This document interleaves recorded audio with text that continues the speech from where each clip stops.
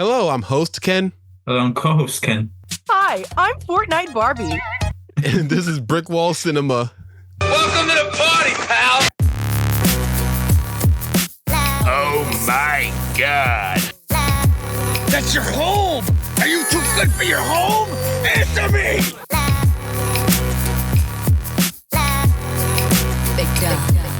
I'm a peacock! You gotta let me fly! Have you ever met a person you say, hey, let me get some parfaits? They say, hell no, I don't like no parfaits. How's that for a slice of fried gold? Yay. Hardy hardy. Welcome to Brick Wall Cinema. And today's episode, we have a special guest with us. It's Fortnite Barbie. It's Fortnite Barbie. Hi, Barbie. Hello. Hi, Ken. Hey. Hi, Barbie. Hi, Ken. Hi, Alan. Barbie. I forgot about you. Hi, Ken. All right, so if you can't tell by now, we're going to be revealing the 2023 billion-dollar making movie, Barbie. And let's get over the basic info. Rated PG-13, directed by Greta Gerwig, co-written by her with Noam Baumbach, her husband. Released in theaters on July 21st, 2023, with a runtime of an hour and 54 minutes and a budget of $128 to $145 million budget. And it grossed over $1.4 billion at the box office. So much money. Wait, worldwide or domestic? Worldwide. Oh, okay. $1.4 billion.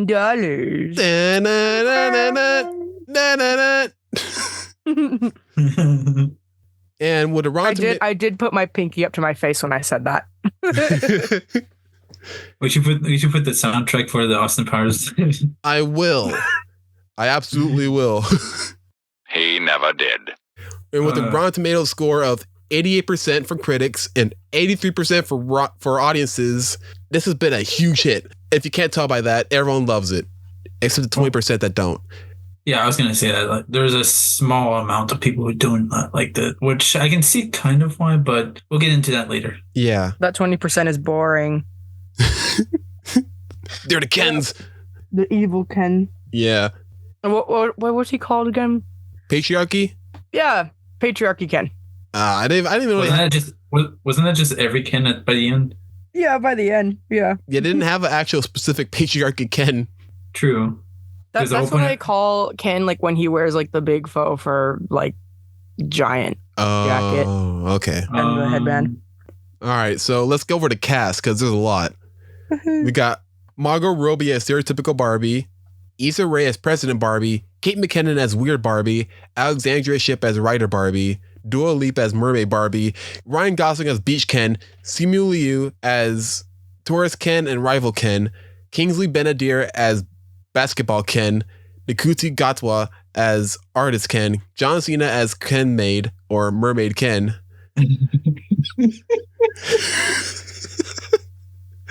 America Ferrera as Gloria, Ariana Greenblatt as Sasha, Ray Perlman as Ruth Handler, and Helen Mirren as the voice of the narrator, with Will Ferrell as CEO of Mattel and Michael Cera as Alan.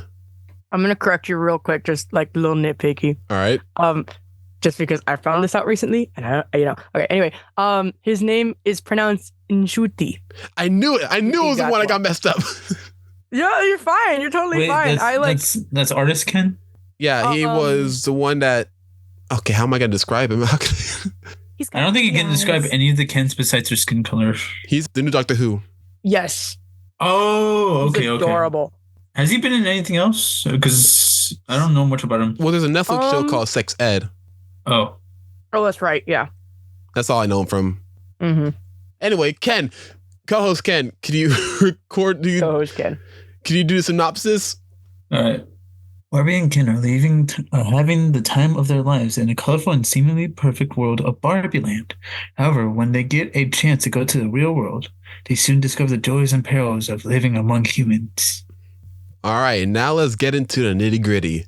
Let's get into our initial thoughts on the movie. Who's going first? Co-host Ken.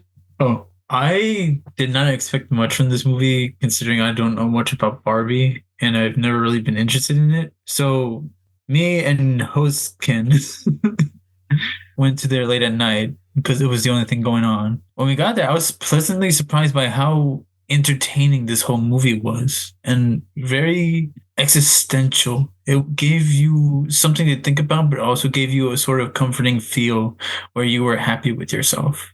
I think you put it best, honestly. Yeah. Yeah. That's, accurate. Philosophical Ken. Philosophical Ken. You go next, Fortnite Barbie. Fortnite Barbie. At some point, we're gonna forget that we're doing this and just call ourselves by our names. But in the meantime, It's fine. It's all good. I totally agree with co-host Ken. It was such a good movie. I don't know. I didn't really know much about it when I first saw the trailers because that's something I'm gonna just point that out real quick. I really enjoyed that the trailers did not give away a lot of the plot in the very beginning. Like it was just the one where it was like, what was that movie? You know, the one with the monkeys and where it was like giant Barbie, Margot Robbie, and it was just a callback to 2001. I can't. Yeah, that's it. Okay, I thought I had it right, but I didn't want to say that and be wrong. But no, I just thought that was neat because that was a weird, interesting trailer to drop with no context whatsoever. But also at the same time, it had people digging into what they think the movie was going to be about. I like that a lot. But it was nice going in blind for the most part, because it was so much different than what I had thought it would be. Because from the trailers that dropped after that, I thought it was going to be lighthearted and cute and stuff, and it was way different, and I really liked it in the end. I'll go for initial thoughts. So yeah, me and co-host went to go see this in 9:00 at night on a Thursday. While everyone was seeing Oppenheimer, we went to go see Barbie. Actually, not many people were actually going to see Oppenheimer. Really? Yeah, from what I remember, Oppenheimer wasn't shown at the theater that we were at. It was showing at the theater. I remember everyone came out in black. I could tell because everyone that came out of the theater, the IMAX screening, was wearing black shirts and suits. There was only 5 people. Yeah, those 5 people were in black shirts and suits. Yeah, one of them was in Barbie. Yeah, double feature. It was Barbenheimer, man. But Oppenheimer ended before Barbie. Yeah, so then after Barbenheimer, we saw them walk into Barbie. Honestly, I don't remember seeing anybody wearing anything when I went. I went to go see Barbie with my mom and my sister. Host Ken actually went over there in pink. I didn't have anything pink. I saw it 3 times in theaters. I had a pink shirt, but I was cold, so I wore a sweater over it, and that sweater was not pink. Boo. Let's go into favorite scenes then, first of all. Favorite scene. It's a scene where Will Ferrell was basically chasing Barbie throughout the building. Let me guess, because everyone started leaping across the screen? What? No, it was just funny to see them running like that. Oh. Yeah, it was kind of like Scooby-Doo-esque. Yeah, the high jumping. Yeah, also Will Ferrell does really good in the whole scenario where he's like, I'm gaining on you. It's like he's narrating himself. And then I just love it how they kind of treat Will Ferrell and his other executives as if even though they're very smart with this business, they are very dumb. Like when they get to the gate and they're like, how do we open it? He throws his card and they all are like, oh no, it didn't work. Then it opens and they all just run out through the singular gate instead of just jumping over it. Yeah, I got worried when I saw Will Ferrell because I thought he might be screaming a lot in this movie, but he constrained himself. Yeah, it was kind of nice. Yeah, he was very eccentric, but it was very nice to see him in this role. It seemed very fitting. I think it's because he's not a nice change of pace. I think it's because he's not the lead. And he knows that it's not about him. That might be why. But he does make a huge impact in the movie. Yeah, but even at one point, you forget that he's there. True. Yeah, once you see him at the battlefield at the end of the movie, oh yeah, they are chasing after Barbie. Well, my favorite scene was Barbie just sitting at a bus stop, looking at the elderly woman next to her, saying that she's beautiful. Oh, yeah. That was nice. That was so cute. Yeah. Side note, that elderly woman that was next to her was Anne Roth, who was best known for being an Oscar winner for Best Achievement in Costume Design. Yeah, she did for Ma Rainey's Black Bottom. Never heard of it.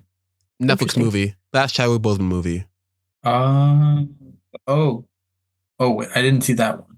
The last movie of him I actually saw was, I think it was called The King.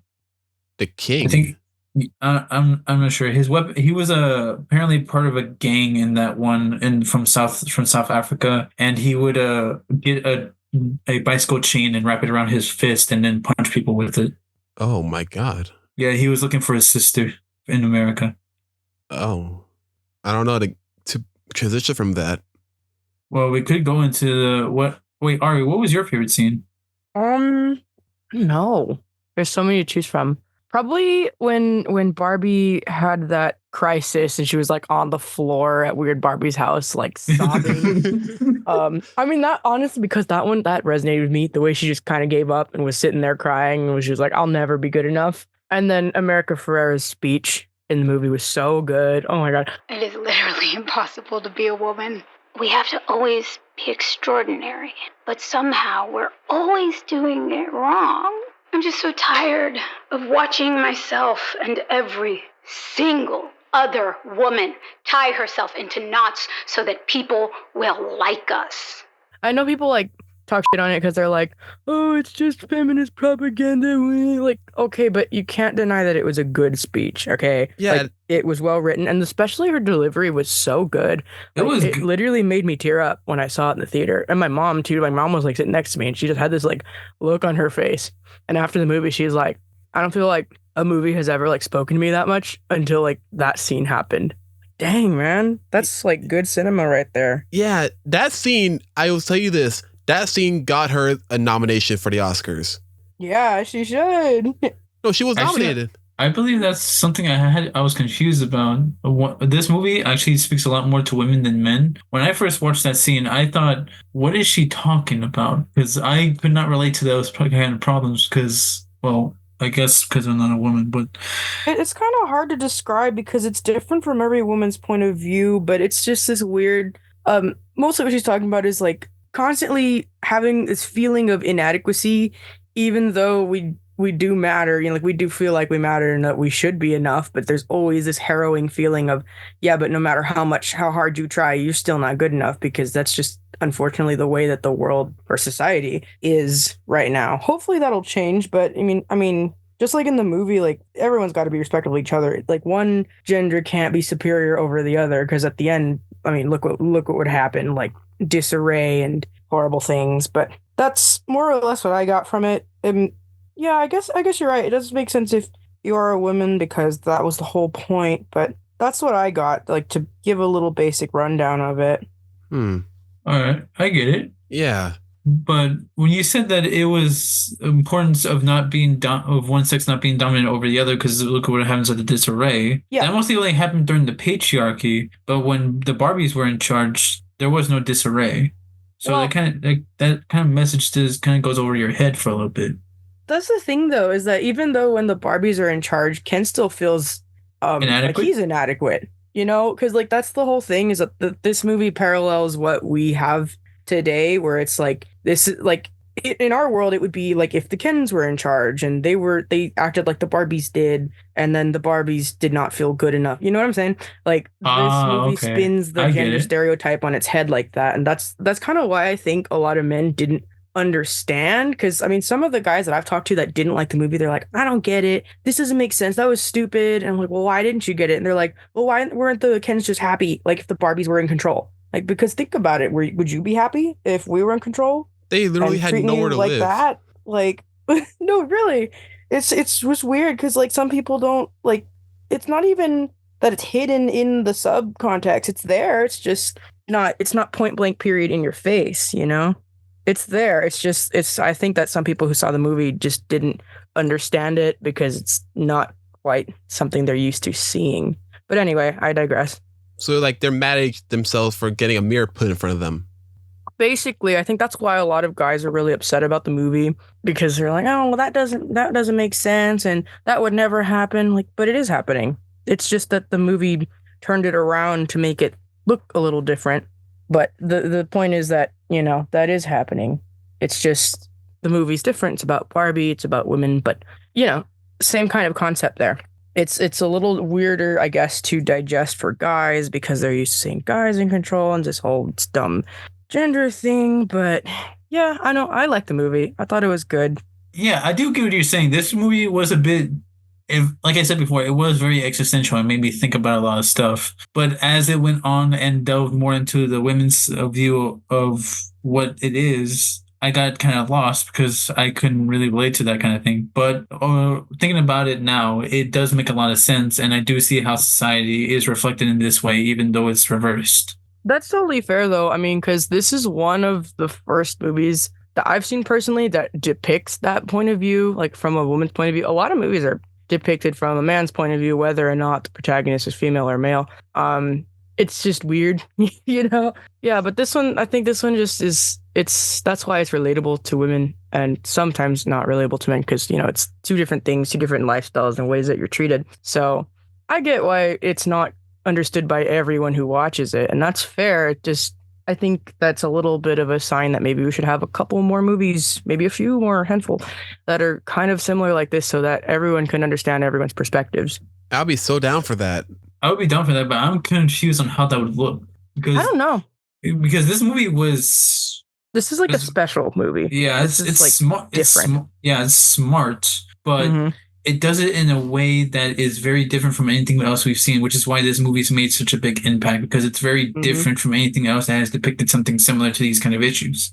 I think it was also easier because, Barbie is basically what everyone who's an adult imagine as a child's toy, but using something as simple as that to convey a bigger meaning I would imagine it makes things easier for people to understand rather than getting too deep and using all kinds of other story tropes to try and get the point across. Like Lego. Barbie was a really perfect thing to use to deliver that message. Yeah, it's a trap, basically. Like the Lego movie. Yeah. Again, with Will Ferrell as a CEO. Will Ferrell does a really good job at CEO types. That was a good movie. Yeah. Let's see. Favorite quotes? I got 4. I don't know. Hold on. I can't remember off the top of my head. But wait, I got one. Okay. Okay, you want me to say it already? All right. Yeah, I'm a proud mother of a son. I'm the son of a mother. I'm the mother of a son. I'm the nephew of a woman aunt. Some of my best friends are Jewish. When did they say that? When Will Ferrell was saying that he appreciates women, and he was saying like how he's a proud mother of a son. I just found that so funny because I could actually see that with a guy who's trying to be woke about like maybe women's problems and just saying like, I appreciate women. I'm a proud mother of a son. And also it makes it really funny because of the fact that there have been a lot of controversy over like I suppose transgender like pronunciation, saying like is he a he, is he a she. It just made me laugh. All right. And I got 4. So one is, why didn't Barbie teach me about patriarchy? It was when Ken was talking to the parent outside of school with the books in his hand. Yeah. Wait, which one? It was after he tried going to find books. Like he found some books about being a man and patriarchy, and he talks to the lady saying, asking what time it was, and saying, "Sorry, no. Do you know what time it is?" No, I do not.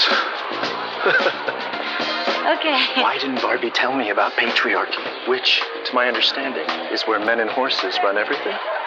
Sure. Yeah, that's right, huh? That's like when he grabbed the books about horses, too. Yeah. That was funny. He had like a weird little hyperfixation on horses. Oh, yeah. And then he decorated the house with horses. That reminds me of another quote from him saying, when I realized it wasn't about horses, I just lost interest. I was going to say, that one's a good one, too. Yeah. Another one is, yep. I got into this business because I love little girls and their dreams. Will Ferrell said that on his roller skating to Barbie Land. You think I spent my entire life in boardrooms because of a bottom line? No, I got into this business because of little girls and their dreams in the least creepy way possible. Another one is, what? I'm trying to remember which one I was thinking of. There was a, she thinks I'm a fascist. I don't control the railways or the flow of commerce. That was good. That was really good. I don't remember that. It's after Barbie goes to the school and she meets the girl, Sasha. Oh, the brats? I'm pretty sure that's when it was, because they called her a fascist. And that was her immediate reaction, like, after walking away. I thought her immediate reaction was her crying and running. Yeah, but she says that when she goes out on the curb, like, I think that's right before she sees that lady, right? Yeah. Oh, yeah. Yeah. Like, that whole scene, I think we're all picking quotes from that scene. That whole, like, series of scenes right there was pretty solid. I have two more. One of them, it's so f***ed up. It's I'm a man with no power. Does that make me a woman? Oh. Yeah. and Sublime! Sublime. That one was no, you're right. That's the best quote. Sublime. I do have another question about this movie though. what? Yeah. Well, actually, quite a few. I was wondering why they depicted Los Angeles this way. When they're roller skating, as you see in these scenes, and when they're roller skating, they're all like checking out Barbie. They're all like looking at them. I've seen people dressed like them on the beach before. Because it's cartoony. What do you mean? I've seen people like dressed up in like very like bright and colorful like kind of clothes on the beach. Oh, or roller skating. It's because I believe it's because this is, oh god, I can't remember the name of that beach. Venice Beach.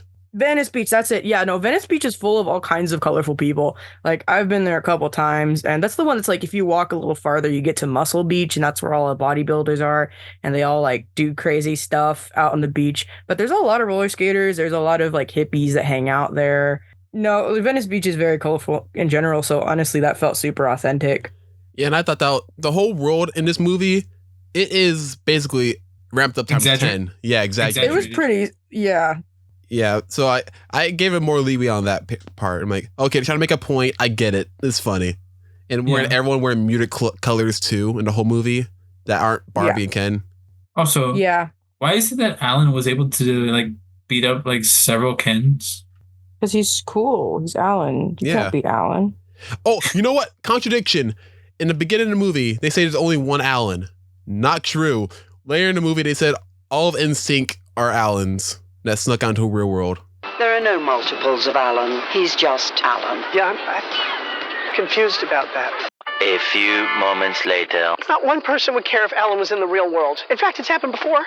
All of NSYNC, Alan. Yes, even him. I think they just meant there's one Alan. Did they say one Alan in the world, or? There's only one Alan. That's all they said. Oh, I thought they meant in terms of in Barbie Land. I think they might have meant that, but they didn't say that. Yeah, maybe they should have been a little more explicit about that point. Any specific? But, well, actually, no, because then if they did, then the NSYNC joke would not have been as good. Yeah. And also, they didn't mention what happened with Skipper. Wait, where's Skipper? Who's Skipper? Skipper was the one with the boobs that blow up? Yeah. They said later in the movie.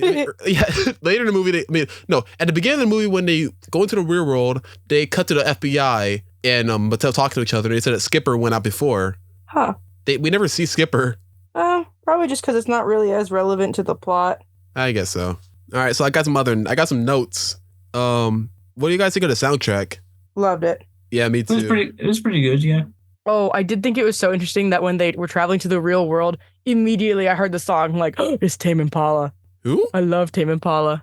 Oh, let it happen. It's gonna feel so good. You know? Oh gosh, what's the other song that? Oh, is it a song that they're singing? The less I know, the better. That's the one that's always like on the radio. Oh. Someone said they left together. I went out the door together. Yeah, that one. Oh, okay. Yeah. So I dig Tame Impala's music, so that was really cool to hear him on the Barbie soundtrack, because literally a few months before we had gone to the Dungeons and Dragons Honor Among Thieves premiere in Hollywood, and his song was not there. It's one guy. His song was in the end credits, so that was cool to get him featured on another movie. Nice. So is Midge forever pregnant? Did she give birth by the end of the movie? No. Oh, then are you sure?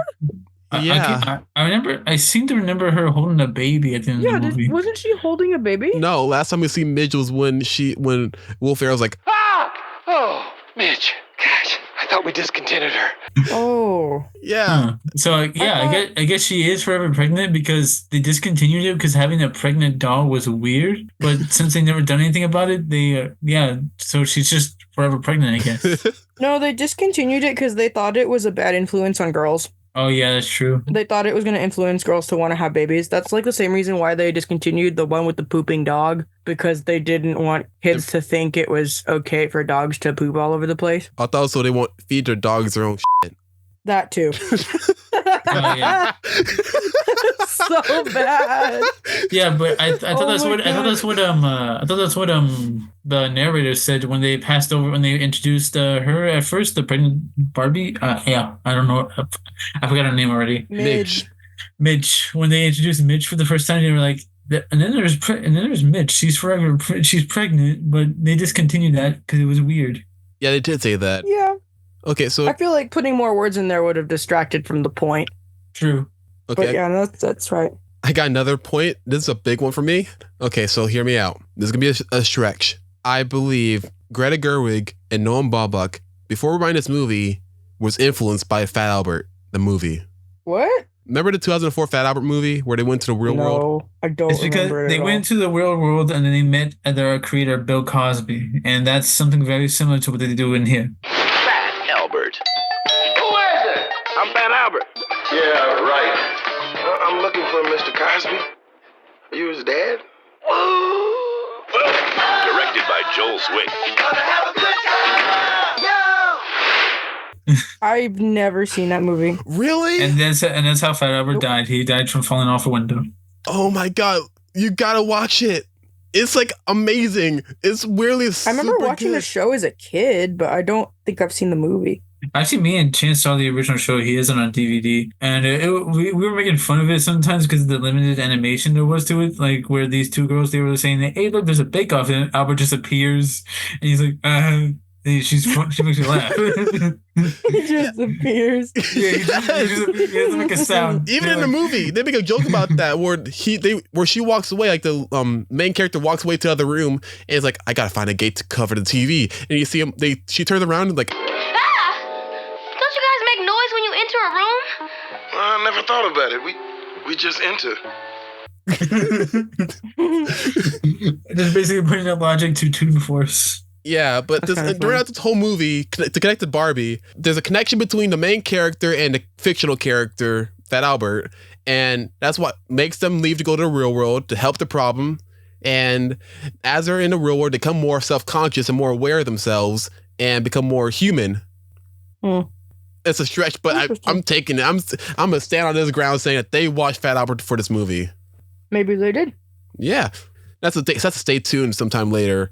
Probably Christmas, because it's 20th anniversary of this Christmas.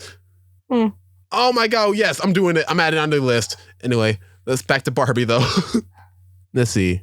Did you guys know that there's a lot of Warner Brothers references in this? No.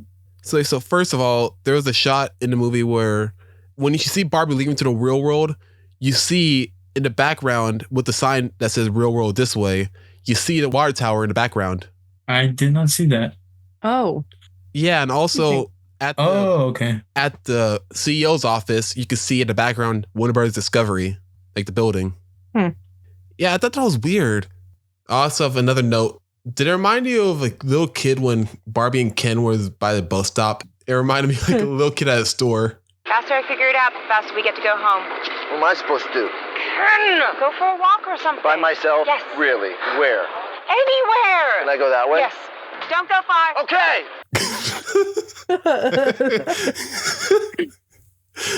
Oh yeah. Just the immediate, okay. Yeah, immediately afterwards too, just But to be honest, once you see the whole movie and you see why the whole reason why Ken acts this way around her, it really does make sense. The whole point that Ken was actually created in the first place so that Barbie would have a partner. And to see him act this way, like he can't really function without her. Because that was his whole point of his purpose. It's not until later that they actually delve into that and he actually tries to think for himself. Yeah, and I wonder how they got to the jail system. Like when they went to jail, it actually said Barbie under Barbie's name, but it said and Ken when it showed his. I think I'm done with my notes. Let's go into the ratings. All right. I'm gonna give it 8.5 out of 10. I don't know. I've never seen a movie that is a solid 10 out of 10 for me. Well, maybe a 9. I don't know. Actually, I lied. Everything Everywhere All at Once is one of my favorite movies. Yes. I probably would give that one a 10. But I mean, in terms of like everything, maybe a 9. I'll just say 9 anyway, because 8.5 seems a little too low. Yeah, I like the movie a lot. Solid movie. I love the visuals. Soundtrack was fun. Actors were great. I thought it was a really good movie. You gonna correct her? What do you mean? Oh yeah, I'm sorry. I spaced out for a minute. I was thinking. Sorry. It was we didn't explain to you what our rating system was. Oh, okay. It was out of 5 stars. Oh, okay, my bad. 4 then. I rated a 4. We can cut that part out. I'm sorry. I'm sorry. I spaced out for a minute looking at Barbie. Leave it. That's okay. What are you watching that's making you space out? No, don't worry about it. All right. For my rating, I would say it's about I would say a 4 out of 5 as well. Do you want me to explain that? If you want to. Because I just thought we went over everything in the throughout the description of this video, so I didn't think I need to explain it. That's why I'm asking. Do you need me to specify? I mean, if you don't want to. So you wrap up. Pretty much everything we've said in this video so far. So yeah, that's about it. Just a 4 out of 5. All right. I'll give this a 4 out of 5 stars too. Basically for what we all said in the movie. I enjoyed it too. I had a lot more fun in it than I thought I would. No, that's a lie. I have high hopes for a lot of movies. It matched my expectations and actually exceeded them. So yeah, there we go. And yeah, 2 more things. Let's go about the Oscar nominations. Oscar noms. It's that time of the year where we talk about Oscars. No. All right, so this movie was nominated for Best Picture, Best Supporting Actor, Best Supporting Actress, Best Adapted Screenplay, Best Costume Design, Best Original Song, and Best Production Design. And it was only one of those. Can you guess which one it was? Production Design? No. Best male lead in a movie? No. Yeah. If I say it, you're going to guess what it is. You're going to be like, oh, of course. It's not Best Original Song. What makes you say that? What was the... It was nominated twice for 2 songs nominated.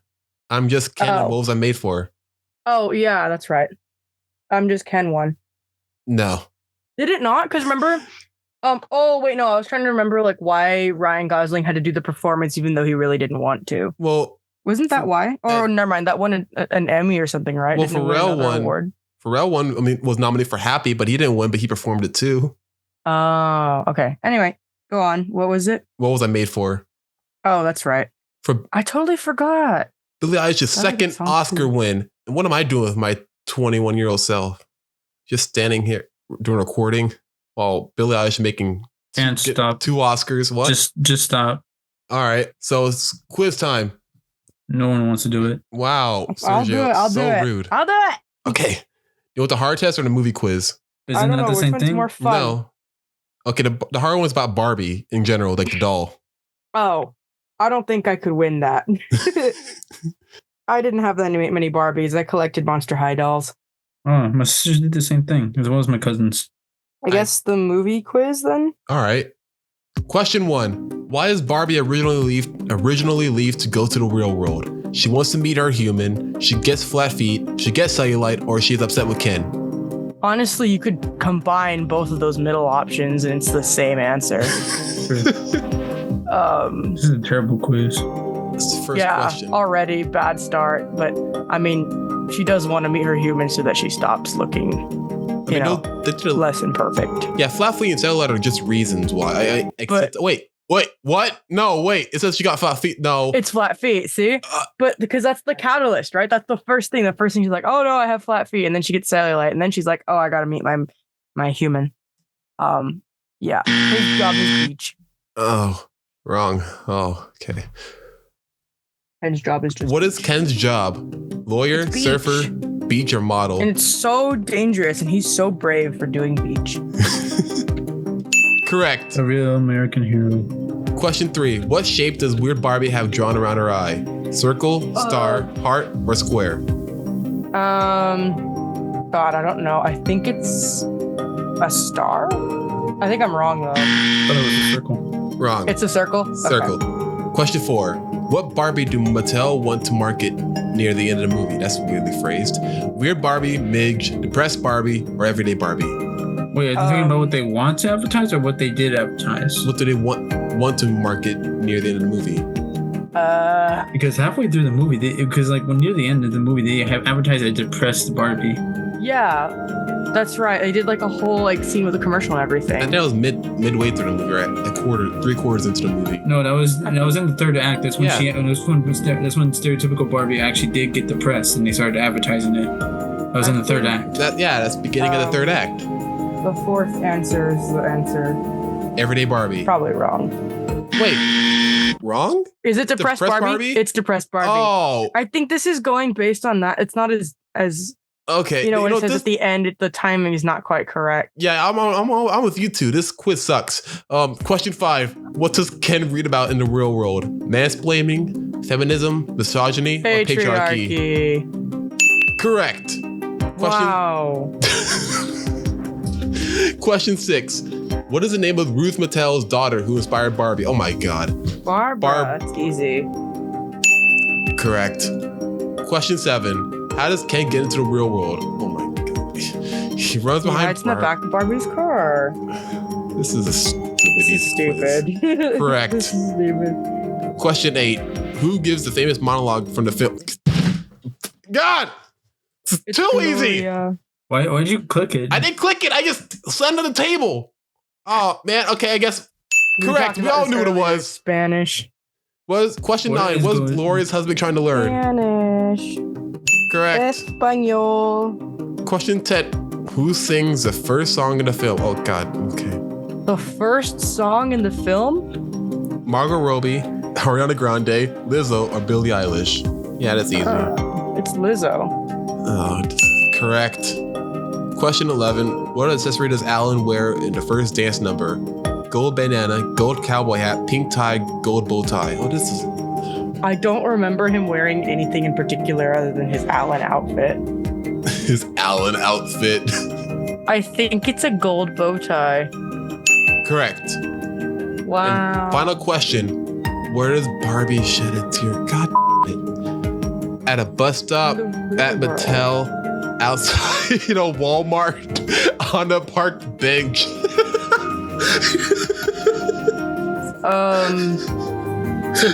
Bus stop, right? Yeah, I think it's a bus stop. I wonder if it was weird for the girls to actually go on that rant about Barbie in front of Margot Robbie and then have her run away crying. I wonder if they felt bad after that. Like, imagine that you meet this celebrity and you have to act out the scene where you make them cry. I think that would stink. Yeah.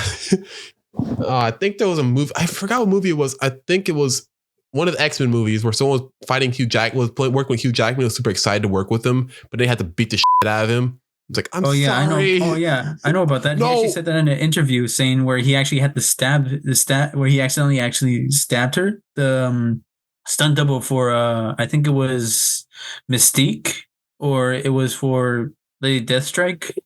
And he stabbed her accidentally with the actual claw, but she went around bragging to everybody saying, "I got stabbed by Wolverine." Wait, no, I'm thinking wrong. I'm thinking of Dark Knight Rises with Bane. Tom Hardy was excited to work with Batman, but sadly he had to beat the shit out of him and break his neck back. But good job, Ari. You got 8 out of 12. The ones you got wrong, I completely understand. This quiz sucks. It's not your fault. It's not your fault. It's not your fault. Thinking about that Renee Rapp song. It's not my fault. Oh yeah. All right. And that's it for today's episode of Brick Wall Cinema. And oh crap, I just realized I started calling you Ari instead of Fortnite Barbie. Oh no. We all know Fortnite Barbie's real identity. Oh no. Oh no. And Sergio's name. Oh no. It's okay. I don't care. All right. Well, thank you for coming on, Ari. Anyway. Of course. Well, and this is fun stuff. And this has been Brick Wall Cinema. I'm Chance. I'm Sergio. And I'm Ari, your favorite Fortnite Barbie. And have a cinematic day. Hey everyone. Thanks for listening. And be sure to subscribe to our channel and follow us on Instagram, Facebook, X, and TikTok at Brick Wall Cinema. Have a cinematic day.